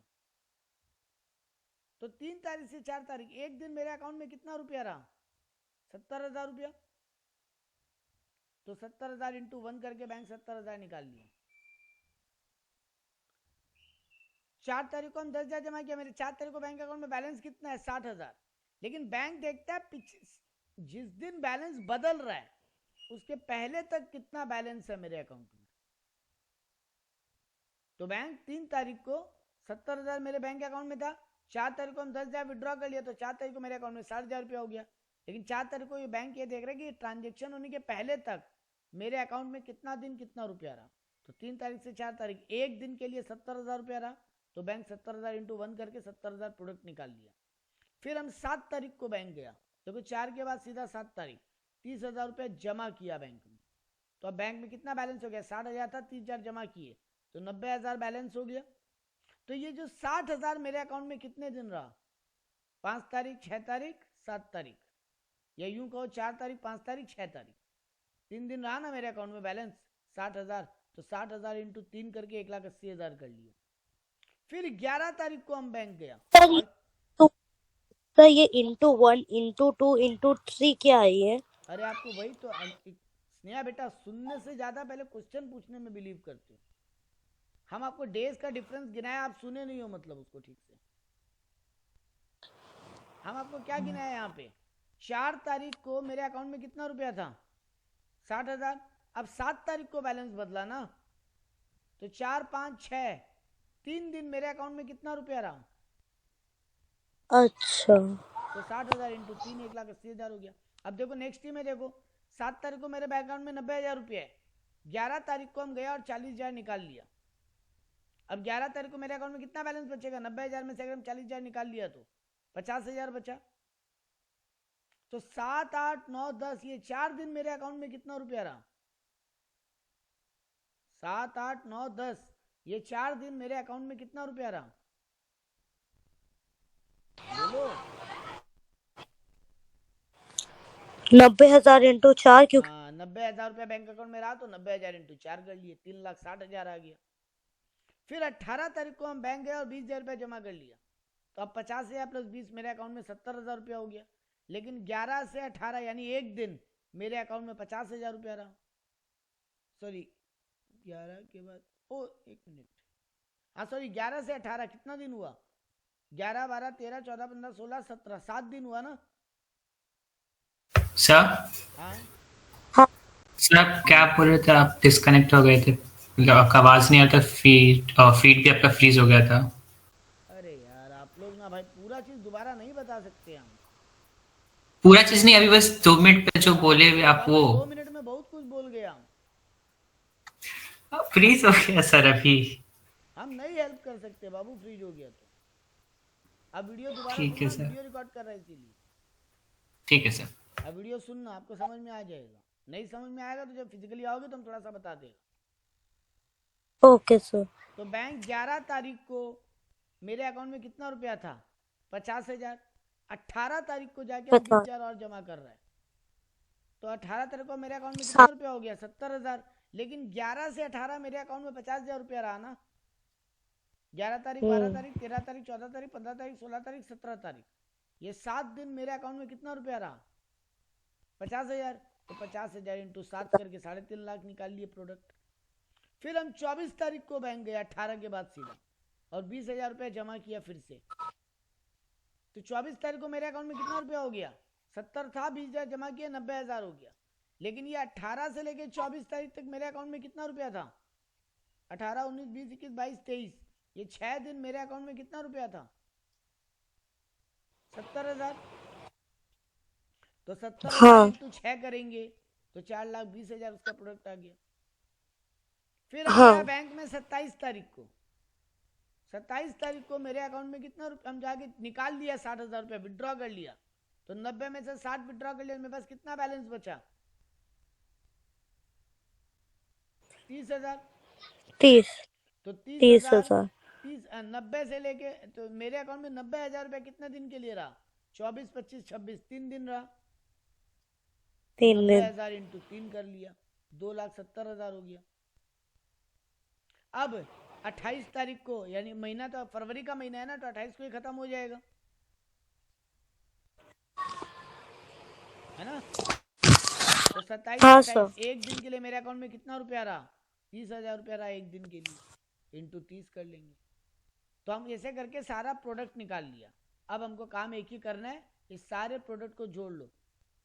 मतलब ये 1,70,000, 1,80,000, 3, 60, 3.5, 4, 20, 2, 70, 30,000, सबको जोड़ोगे तो कितना बैलेंस आएगा? 17,80,000। 80,000। अब उस 17,80,000 पे 12% इंटरेस्ट मिलेगा, तो इंटू 12/100 इंटू 1/365, क्योंकि एक दिन का ब्याज मिलेगा, वो भी डिवाइड बाई 365 करेगा, क्योंकि साल में 365 दिन होता है। तो मेरे को 585.21 पैसा, इतना रुपया ब्याज मंथ में मिलेगा, फरवरी मंथ का।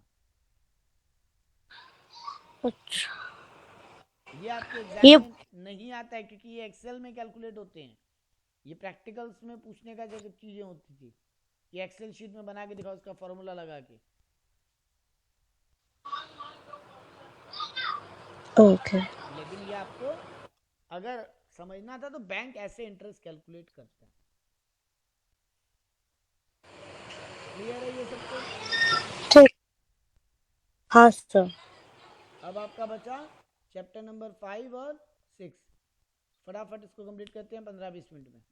चैप्टर नंबर 5 बोलता है आरबीआई का गाइडलाइंस क्या है ऑन बैंक्स, बैंक्स के ऊपर आरबीआई का गाइडलाइंस क्या है। ये बहुत इजी चैप्टर है। मेन फंक्शन ऑफ आरबीआई क्या है, इस चैप्टर में पूछा। आरबीआई का मेन काम है फाइनेंशियल सुपरविजन करना, बैंक्स को, फाइनेंशियल इंस्टीट्यूशंस को, एनबीएफसीज को, इन लोगों को सुपरवाइज करना। बैंक का काम है मॉनिटरी अथॉरिटी बनना, मतलब बैंक फॉर्मुलेट करता है, आरबीआई इम्प्लीमेंट करता है पॉलिसीज को, इशू करता है करेंसी नोट्स, मतलब डिजाइन करता है, प्रिंट करता है, डिस्ट्रीब्यूट करता है इंडिया में पैसा को।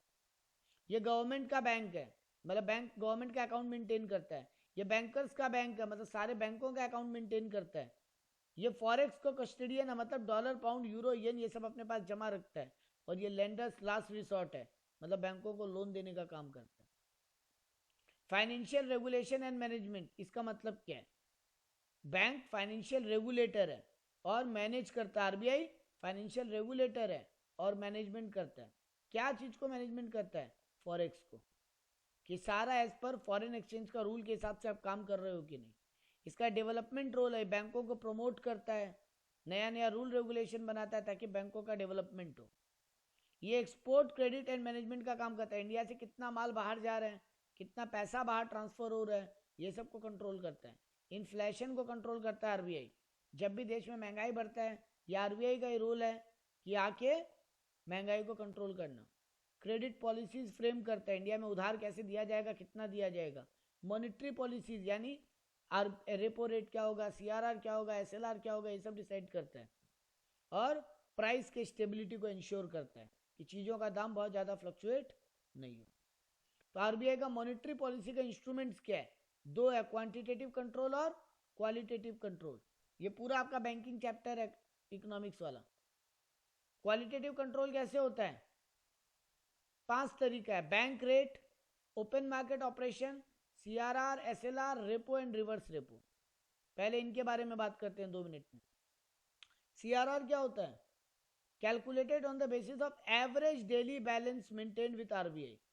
आपको एवरेजली कितना बैलेंस मेंटेन करना पड़ेगा आरबीआई के साथ ड्यूरिंग अ रिपोर्टिंग फोर्टनाइट। ये हर रोज का नहीं होता है बेटा, फोर्टनाइट का होता है। फोर्टनाइट मतलब 14 दिन, 2 हफ्ता। 1 ईयर। ऐ, एक साल में तुम्हारा बैंक देखता है क्या ये चीज सीआरआर की तुम्हारा पास कितना डिपॉजिट आया? तुम्हारे पास 14 दिन, अच्छा। फोर्टनाइट मतलब 14 दिन, 14 दिन में कितना एवरेज डिपॉजिट आया उसके हिसाब से तुमको सीआरआर बैंक के पास जमा करना पड़ता है। कमर्शियल बैंक के पास फोर्टनाइट यानी हर 2 हफ्ता, सेकेंड वीक का लास्ट फ्राइडे। फोर्टनाइट का मतलब हो गया हर महीना का सेकेंड वीक का last Friday. Commercial bank need to maintain CRR balance up to 70% of total CRR requirement. जितना तुम्हारा सीआर रिक्वायरमेंट है मिनिमम उसका 70% तुम्हारा आरबीआई के पास जमा रहना चाहिए। अगर नहीं जमा हो तो आरबीआई तुम पे फाइन पेनल्टी लगाएगा। आरबीआई सीआरआर ये रेट तो चेंज होता रहता है ना सर? नहीं, ये परसेंटेज है, रेट नहीं। सीआरआर का रेट चेंज होता है। मान लो सीआरआर अभी 10% है, तुम्हारे पास 1 करोड़ रुपया आया एवरेजली 2 हफ्ता में, तो 1 करोड़ का 10% कितना हुआ? 10 लाख। 10 लाख का 70% कितना होता है? 7 लाख रुपया तुम्हारा मिनिमम जमा हो जाना चाहिए बैंक के पास। अगर उससे कम डिपॉजिट हुआ तो आरबीआई तुम पे फाइन पेनल्टी लगाएगा। आरबीआई सीआरआर को बढ़ाता है क्रेडिट को कंट्रोल करने के लिए, और सीआरआर को घटाता है क्रेडिट को इंक्रीज करने के लिए। आरबीआई सीआरआर को यूज करता है to drain the excess liquidity. Market में बहुत ज्यादा लिक्विडिटी हो जाए उसको रोकने के लिए सीआरआर को बढ़ा देता है। फंड रिलीज करना पड़ता है जब नीडेड हो तो उसके लिए सीआरआर को घटा देता है। तो सीआरआर बढ़ता है, bank takes less loan and have less fund to lend. CRR अगर बढ़ेगा तो बैंक कम लोन लेगा, बैंक कम लोन लेगा तो कम आगे लोन दे पाएगा, जिसके कारण क्यों कम दे पाएगा? क्योंकि इंटरेस्ट रेट बढ़ जाएगा तो पब्लिक भी कम ही लोन लेगा, लोन का डिमांड घटेगा तो गुड्स का डिमांड घटेगा और इन्फ्लेशन अपने आप कंट्रोल में आ जाएगा। और वैसे वर्षा जब सीआरआर को बढ़ाता है डिफ्लेशन को कंट्रोल करने के लिए। एसएलआर तो rate at which bank need to keep a certain sum amount as reserve with themselves. Bank को सर्टेन सम ऑफ अमाउंट अपने पास जो रखना पड़ता है, it should be not equal to less than percentage of the total of it demand deposit and time liability in India as on last Friday of second proceeding fortnight. Same बात ऊपर वाला, same बात ऊपर वाला, यानी दोनों ही चीज CRR SLR 2-2 हफ्ता में एक बार उसको कैलकुलेशन होती है। इसका मेन ऑब्जेक्टिव क्या है? बैंक क्रेडिट को बढ़ने से रोकना, मार्केट में कभी कभी इन्वेस्टमेंट को अप्रूव्ड सिक्योरिटी पे खर्चा करवाना, सॉल्वेंसी मेंटेन करना बैंक का ताकि बैंक के पास हमेशा फंड रहे। अगर आप इसमें फेल करते हो तो 3% पर एनम, जितना आप अमाउंट कम है आपके पास एसएलआर के रूप में उसका 3% आपको पेनल्टी लगेगा। Pros and cons of SLR. SLR अगर घटता है तो क्रेडिट फ्लो बढ़ेगा, मार्केट में पार्टिसिपेशन बूस्ट होगा, प्राइवेट सेक्टर का लोग ज्यादा लोन लेगा। इसका नेगेटिव इफेक्ट क्या होगा? फिस्कल डेफिसिट बढ़ जाएगा, बैंकों का फ्रीडम बहुत ज्यादा बढ़ने से रिस्क बढ़ जाएगा। तो एसएलआर घटने का बुराई और फायदा, और उल्टा बोल दोगे। ओपन मार्केट ऑपरेशन क्या होता है? आरबीआई गवर्नमेंट का जो सिक्योरिटीज होता है, यानी आपका ट्रेजरी बिल, ये सब जो डॉक्यूमेंट होता है आरबीआई गवर्नमेंट का, उसको बैंकों को बोलता है कि तुम लोग खरीदो। जैसे ही आरबीआई बैंकों को बोलता है तुम खरीदो तो बैंकों का पैसा आरबीआई के पास आ जाएगा। तो आरबीआई चाहता था लोन रोकना, लोन रुक जाएगा क्योंकि बैंकों के पास पैसा ही नहीं होगा लोन देने के लिए। उल्टा जब आरबीआई बैंकों को बोलता है तुम्हारे पास अगर ट्रेजरी बिल एंड ऑल है तो हमको बेच दो, हम तुमको पैसा देते हैं, तो बैंकों के हाथ में फंड आएगा तो बैंक आगे ज्यादा लोन दे पाएगा। तो आरबीआई सेल करता है ये इंस्ट्रूमेंट्स को, गवर्नमेंट सिक्योरिटीज को, ताकि लोन को रोक सके, और परचेज करता है ताकि लोन को बढ़ा सके। बैंक रेट क्या होता है? जिस रेट पे आरबीआई बिल्स ऑफ एक्सचेंज को डिस्काउंट करके देता है, यानी कुल मिलाकर लॉन्ग टर्म लोन देता है, उस इंटरेस्ट रेट को बोलते हैं बैंक रेट। तो बैंक आरबीआई जो बैंकों को लॉन्ग टर्म लोन देता है उसको बोलते हैं बैंक रेट। तो आरबीआई अगर उसको बढ़ा दे तो मार्केट में इंटरेस्ट रेट बढ़ जाएगा, मार्केट में इंटरेस्ट रेट बढ़ जाएगा तो क्रेडिट घट जाएगा, और वैसे वर्षा उल्टा बोल सकते हो। रेपो रेट क्या होता है? जिस रेट पे आरबीआई बैंकों को लोन देता है शॉर्ट टर्म फंडिंग के लिए, बैंकों को जब शॉर्ट टर्म पैसे का दरकार होता है तो जिस रेट पे आरबीआई लोन देता है उसको रेपो रेट बोलते हैं, और लॉन्ग टर्म फंड का जब बैंकों को दरकार होता है उसको बैंक रेट बोलते हैं। और सेम रूल चलेगा जो बैंक रेट में, आरबीआई रेपो रेट बढ़ा देगा, बैंक कम लोन देगा, आगे बैंक कम लोन लेगा, आगे कम लोन देगा।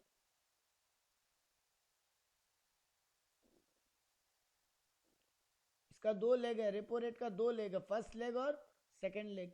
फर्स्ट लेग क्या होता है, bank sell approved security to RBI and get fund, और सेकंड लेग के बैंक बाई बैक, यानी वही हो गया बेचना और खरीदना, बेचना और खरीदना।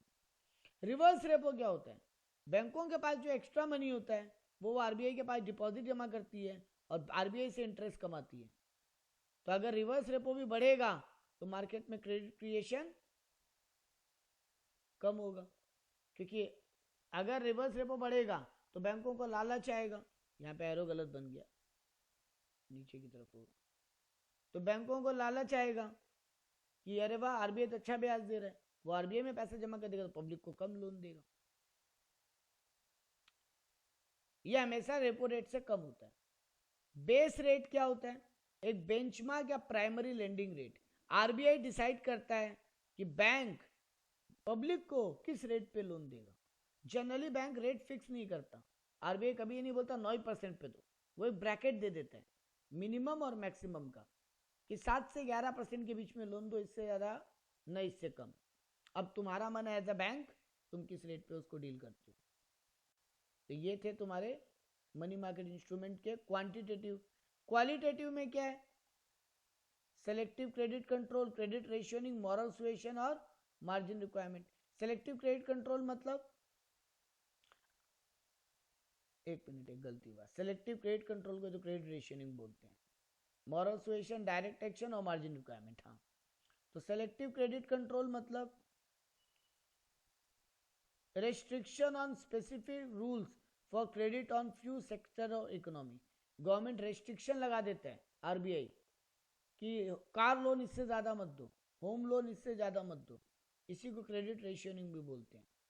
मार्जिन रिक्वायरमेंट क्या होता है, कितना रुपया का तुमको सिक्योरिटी जमा देना पड़ेगा लोन लेने के लिए, कितना रुपया का सिक्योरिटी जमा देना पड़ेगा तब लोन मिलेगा। तो अगर सिक्योरिटी का वैल्यू बढ़ा दे आरबीआई तो लोन कम मिलेगा, सिक्योरिटी का वैल्यू घटा दे तो लोन ज़्यादा मिलेगा।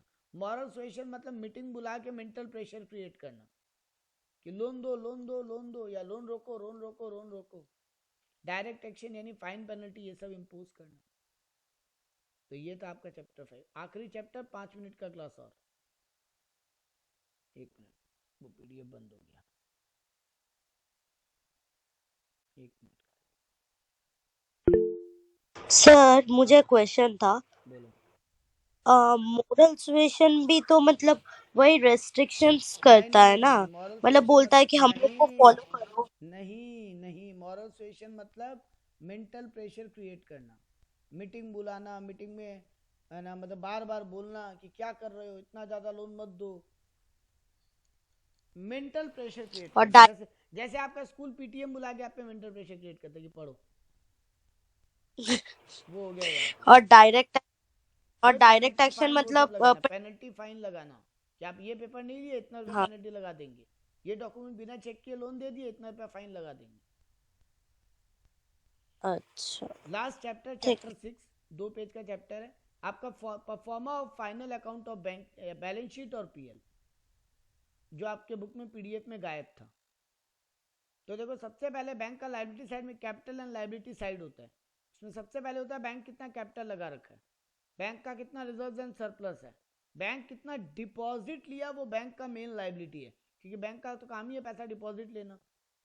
बैंक कहीं से बोरो करे पैसा, यानी आरबीआई से, गवर्नमेंट से, और अदर कोई लायबिलिटी यानी वही तुम्हारा नॉर्मल करंट लायबिलिटी।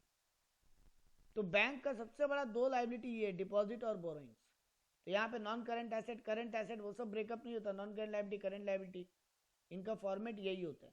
सबसे ऊपर कैपिटल, उसके बाद रिजर्व एंड सरप्लस, उसके बाद बैंक जो डिपॉजिट लेता है पब्लिक से, उसके बाद बैंक जो बोरोइंग करता है आरबीआई से या गवर्नमेंट से, और अदर लायबिलिटीज एंड प्रोविजंस में वो छोटा मोटा, मतलब क्रेडिटर, कहीं से बैंक सामान उधार लिया, फर्नीचर उधार लिए, ये सब।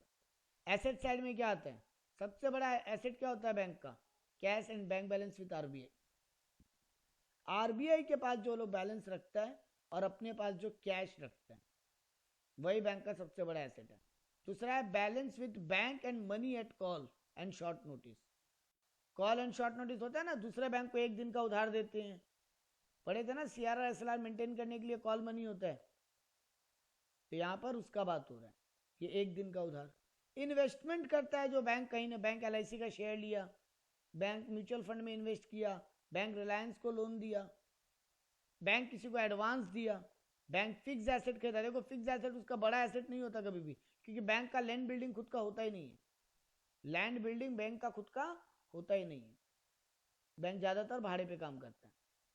और कुछ अगर अदर एसेट है तो ये आपका बैंक का बैलेंस शीट है। सबसे नीचे एसेट के नीचे जाके लिखते हैं टोटल के बाद कंटिजेंट लायबिलिटी, जैसे बिल्स ऑफ एक्सचेंज, ये बैंक का कंटिजेंट लायबिलिटी होता है।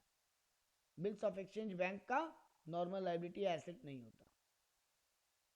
तो बैलेंस शीट क्लियर है? अच्छा हाँ बोलो। सर, इसमें से सम्स करने देगा क्या? नहीं, ज्यादातर आपको फॉर्मेट पूछेगा, सम्स करने नहीं देगा।